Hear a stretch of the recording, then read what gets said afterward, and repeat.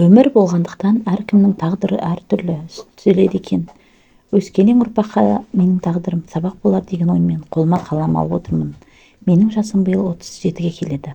Әлі осы күнге дейін сұр бойдақпын. Үйленгім келеді, бірақ үйленейін десем жақсы қыз таба алмай жүрмін.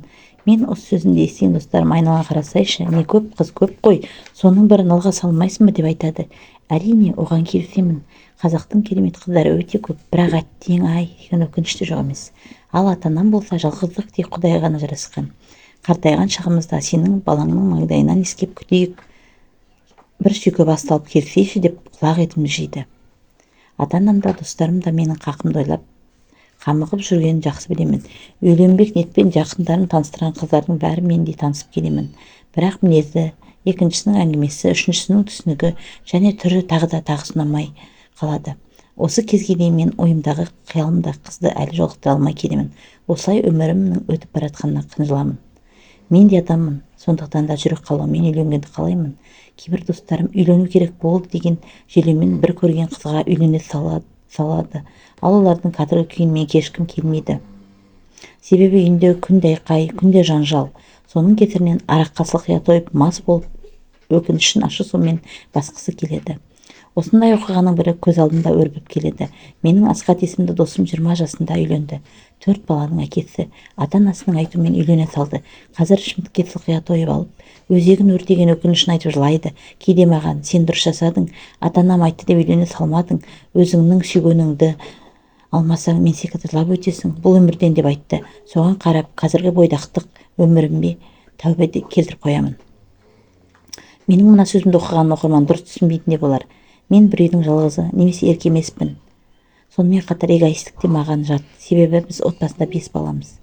3 ұл, 2 қыз. Менің үлкен ағамның да, інімнің де отбасы бар. Балалары бар. Әпкем де, қарындасым да тұрмысқа шыққан.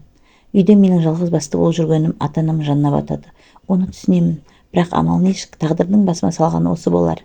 Жастайымнан көп қиындықты көрдім. Ата-анам қарапайым жұмысшы болды. Елдің балалары секілді ойымдағыны ала алмадым. Мен мектепті 1994 жылы бітірдім. Қиын қыстау заман еді. Халықтың көпшілігі ала дорбасын арқалап алып, шаһардағы базарларды жағалап кеткен болатын. Отбасымның қамын ойлап, мен де мектепті бітіре салып, саудаға кірістім. Ала дорбамды арқалап Алматыға келдім. Алғашқы кездері базарда жеміс-жидек сатып жүрдім.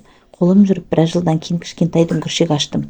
Сауданың дәмін татып, қолыма ақша ұстап, жоғарыға қарай домалай бердім. Сонымен не керек?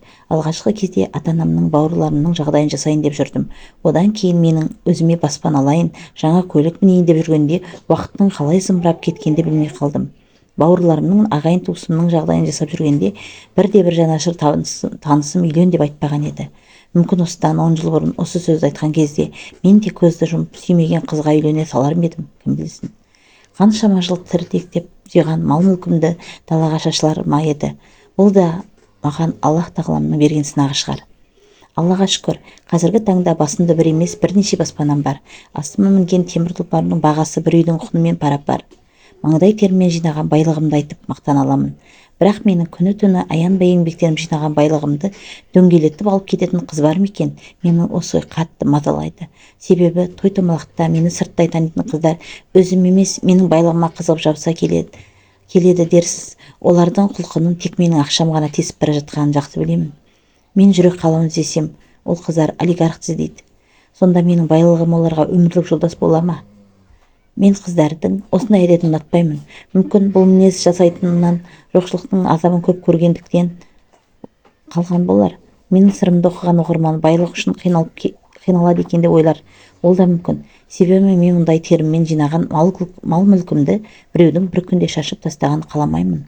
Ата-анама, туыстарыма осы ойымды айтсам, олар түсінбейді. Анам бір жақсы қызға үйленсең, өзің түзеп аласың, дейді. Біреудің 30 жыл тәрбиелеген қызын мен қалай түземекпін? Оған қандай ақыл айтамын? Ақыл тоқтатқан адамға қолда көтере алмайсың. Міне осылай ойым сансаққа жүгіріп, басым қатып жүрген жайым бар. Уақыт өткен сайын қатты талғампаз болып барамын. Өміріме, өзіме, өмірлік жар таңдауда бұлай қиналамын деп ойламаппын. Міне, мен үйленуге әйел таппай жүрген жанның бірімін. Менің байлығымды емес, өзімді кемшілігіммен қылтықсыз сүйетін жан болса, шіркін. Шынымды айтсам, мен бала кезде бір қызға шын ғашық болған. ол көрмедім. Шынайы сүймеген соң ессіз ғашық болмағандықтан болар ұзақ уақыт таңдап жүргенім. Сонымен қатар қазіргі таңда әлеуметтік желілерде әртүрлі түскен суреттерім бар.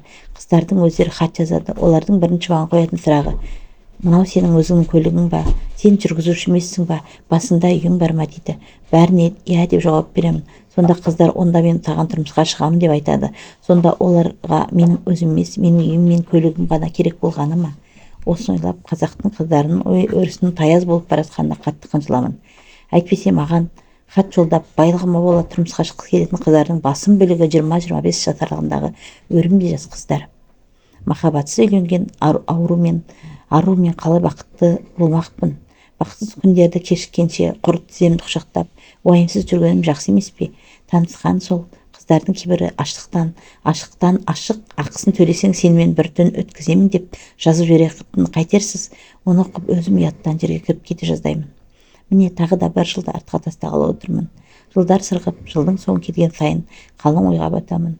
Менің жанымды түсінетін жан бар ма? Сірә, айрандай ұйыған бақытты отбасын қалаймын. Мен де балаларымды бауырыма басқым келеді. Арманым тату-тәтті отбасын құру. Осы ниетіме жету үшін жақсы қыз деп шарлап жүрген жайым бар.